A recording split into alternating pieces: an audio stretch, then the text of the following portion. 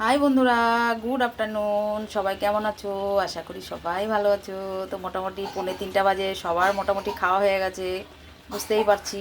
তো দেখো, আমার এখন খাওয়া তো হয়নি, আমি শুধু বাকি এই যে দেখো পাট শাক করছি। এটা একটু করতে দেরি হয়ে গেল, কেননা এই দেখো কাঠেই করেছি। দেখো কড়াই কালি কাঠেই করছিলাম, অনেকটা সময় দিয়েছিল আজকে।